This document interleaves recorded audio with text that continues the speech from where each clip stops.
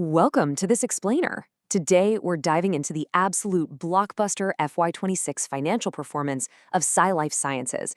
And, we're really going to unpack the aggressive strategy fueling their future growth. If you've been following the contract research and manufacturing space at all, you already know this is a totally critical moment for the industry. So let's just jump right in and see exactly how Sai is positioning themselves to capture some of these massive global shifts. All right, just to give you a quick roadmap of where we're headed. First, we're unpacking that FY26 financial growth. Then, we'll look at the structural industry drivers, hit on some key business updates and innovations, break down their strategic capex for FY27, and finally, we'll look at how they're navigating global external challenges. Okay, starting right off with Section 1, unpacking FY26 financial growth. Let's really get into the numbers that make this business such a fascinating case study right now. A staggering 109%. Wow. That represents their year-over-year growth in profit after tax, hitting 355 crore rupees in FY26. Let's just pause for a second and think about that scale of acceleration. In an environment where so many companies are just struggling to maintain margins, literally doubling your profit after tax in a single year, that's a massive green flag that something fundamental is absolutely working in your operational model. And hey, results like that, they don't just happen by accident. As Managing Director and CEO Krishna Kanumuri points out, these numbers are the direct result of really deepening those global pharma relationships and expanding their integrated CRDMO capabilities. Basically, that stands for Contract Research, Development, and Manufacturing Organization. They're effectively setting themselves up as the ultimate one-stop shop for this next phase of growth. So let's see how this all translates into the broader revenue picture. Now, what's truly interesting here is how top-line growth is driving this completely outsized bottom-line performance. We're looking at a super solid 29% jump in total revenue, going from 1,695 crore in FY25 up to 2,192 crore in FY26. And that successfully drove a massive 56% surge in EBITDA. That's a measure of their core operational profitability, which climbed all the way to 661 crore rupees. Their EBITDA margin actually expanded from 25.1% to 30.1%. Honestly, it's kind of like upgrading a car from a standard engine to a high-performance turbo. They aren't just selling more stuff, they're operating way more efficiently as they scale up. Moving right along to Section 2, structural industry growth drivers. Now that we've seen the sheer scale of their financial success, we gotta ask, why is this happening across the industry right now? Well, Sai is capitalizing on four major structural tailwinds. First off, there's a huge industry shift toward R&D and manufacturing outsourcing. Pharma companies basically want to stay lean. Second, large pharma is actively trying to geographically diversify their global supply chains.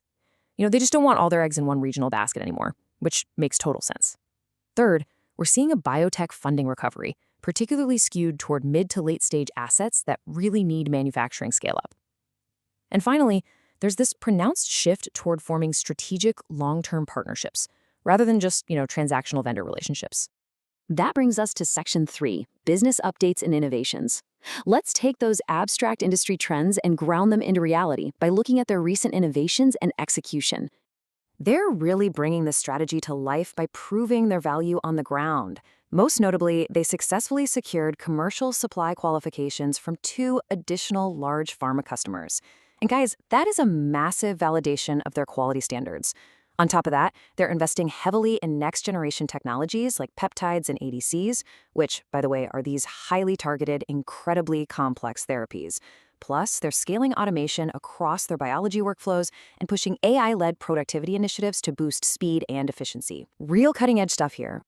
To give you a sense of the physical reality of these capability upgrades, consider their established high-throughput experimentation platform at their R&D campus in Hyderabad.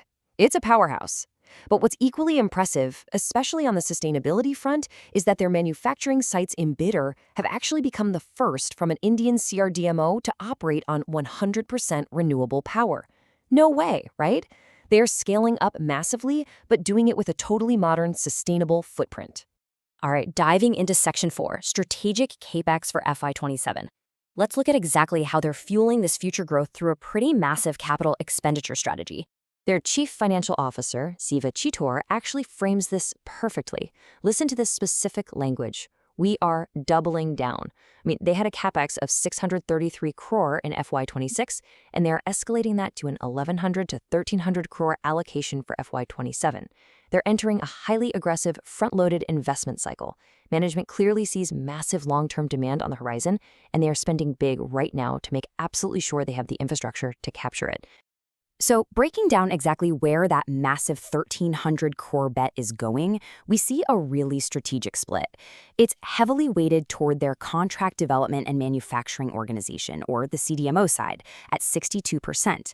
The remaining 38% is going to their contract research organization, or CRO business. And honestly, this makes total sense.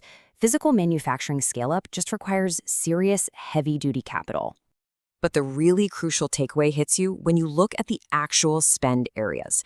An overwhelming 70% is dedicated purely to capacity expansion. They simply need more physical space and equipment to meet demand. The remaining 30% fuels future capability, AI, and new technologies. Now, it's worth noting that management does acknowledge this super aggressive, front-loaded investment might lead to some near-term operational inefficiencies. But you know what? It's a calculated trade-off to absolutely secure their future market position. And finally, Section 5, Navigating Global External Challenges. To make sure this explainer gives you the complete, objective picture, we really have to talk about navigating global risks. Because, let's face it, no growth story happens in a vacuum. When we weigh these external risks, we're really looking at two major global issues. First, the ongoing Middle Eastern conflict is genuinely driving up logistics and input costs. Sai is proactively initiating discussions with customers for appropriate cost revisions, though they do note that recoveries might not always happen at the exact same time those costs hit. On the flip side, looking at the evolving global tariff environment, there's actually some good news. They've seen zero negative impacts so far, largely because Big Pharma has already taken proactive measures to mitigate their own tariff burdens. Which brings us to the ultimate takeaway for this explainer. Based on that explosive FY26 traction, 109% PDT growth, remember, and this super aggressive front-loaded investment strategy, the fundamental question to walk away with is this. With large pharma fundamentally changing how they outsource, does this 1,300 crore bet secure Sai Life Sciences' dominance in the next generation of global drug development and manufacturing? The data sure paints a compelling picture of a company ready to dominate. Thanks so much for joining me for this explainer, and as always, keep learning.